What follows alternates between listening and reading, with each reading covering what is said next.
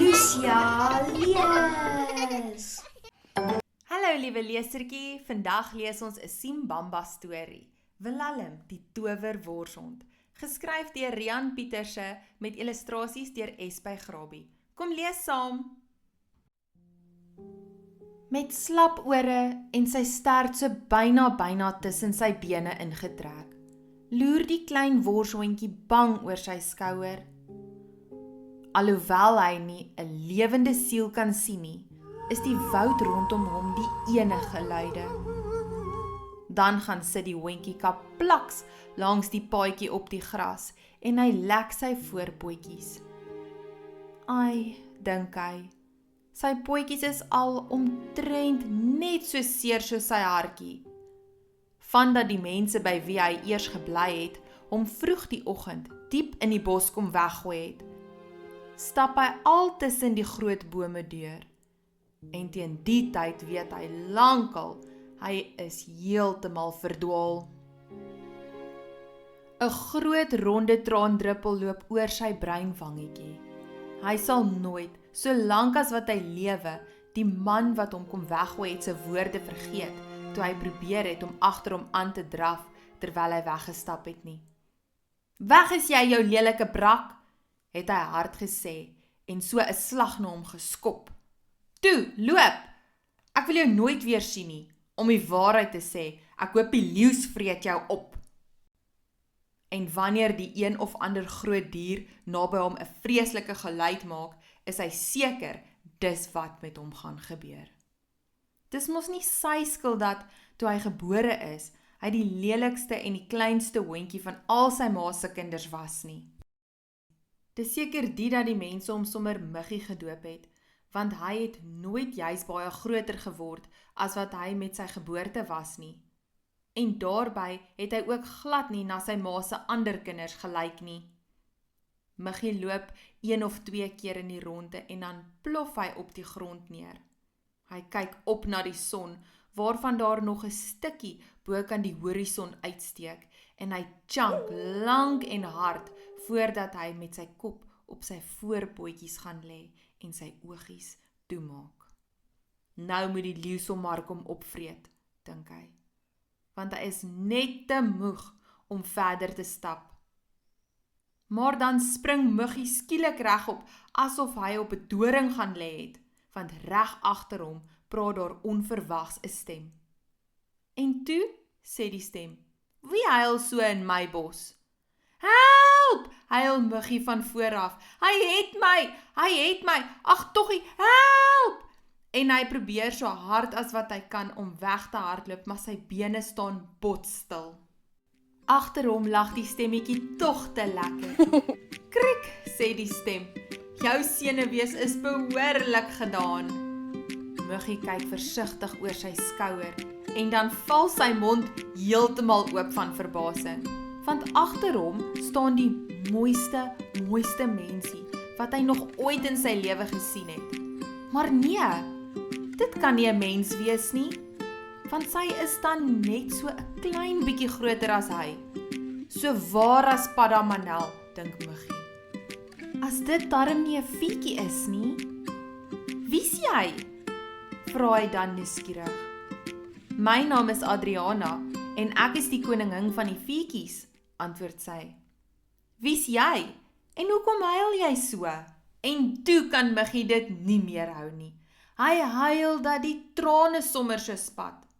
"My naam is Muggie," snik hy, "en my baas het my hier in die bos kom weggooi, omdat ek so klein en so lelik is. En nou word dit donker en ek is bang die leeu's vreet my op. Waa!" huil hy dat die kraan se antwoord gee. "Ai, toe nou," antwoord die veekoningin, en sy vryf oor Muggie se koppie. "Dis darm nie nodig om so vreeslik ongelukkig te wees nie." "Dit is," huil Muggie al harder. "Ek is 'n lelike hondjie en ek het 'n lelike naam. Niemand wil my hê nie, en dan is ek nog so klein ook." "Ag, toe maar," troos die veekoningin. "Ek is seker ons kan iets aan jou probleme doen." "Wat?" vra Muggie. Wel, sê die veekoningin, dit help niks om eers te probeer nie. Huil Muggie sommer weer van voor af. Wat help dit om iets aan my probleme te doen, as niemand my wil hê nie? Nou maar goed, hou jy nou op met huil, dan sal ek 'n bietjie dink.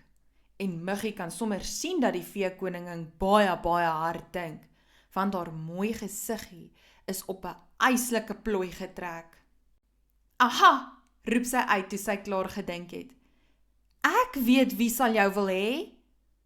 Wie? Vra Muggie dadelik. Doempels die dwergie, lag die veekoningin. Jy en hy sal baie goed by mekaar pas, want Doempels is amper net so klein soos jy. En daarby het hy nog die oulikste vroutjie en 'n tweeling seentjie en dogtertjie. Ai, sê Muggie en hy skud sy koppie, dat die trane wat nog in sy oë was, soos reendruppels op die koningin se rokkie val. Dit klink darm lekker.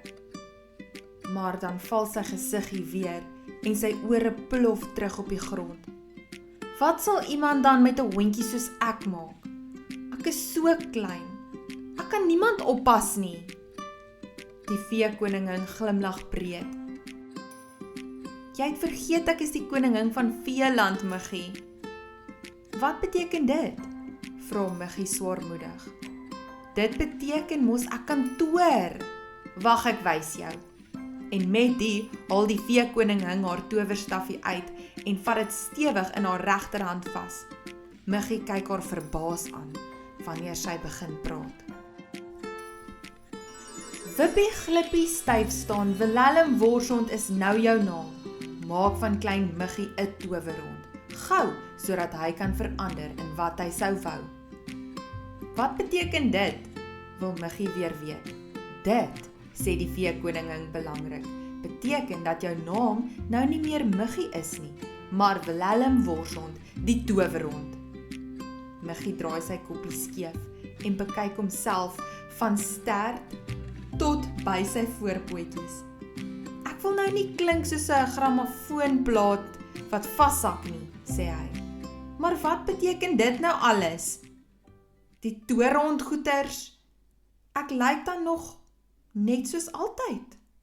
Ja, antwoord die veekoningin en sy knik haar koppie op en af. Maar dink nou 'n bietjie aan 'n leeu. Goed, antwoord Muggie en hy begin dink. Hoe lyk 'n leeu nou weer? Groot en sterk, met sulke yslike maanhare en groot tande en woeps! Pleks van 'n plat lelike hondjie staan daar 'n yslike maanhaar leeu voor die veekoningin.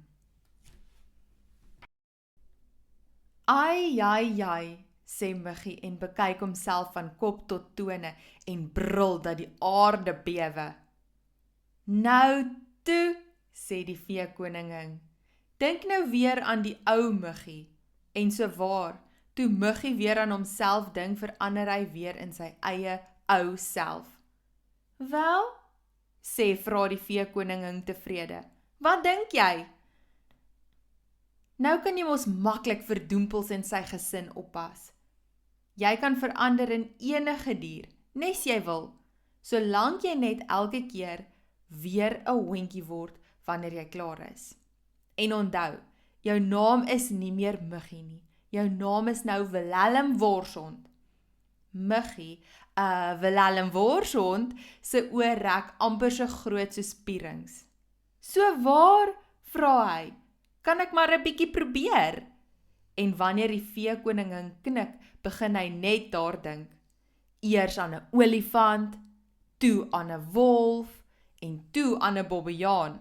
En so waar, toe hy probeer, kan hy nog boom klim ook.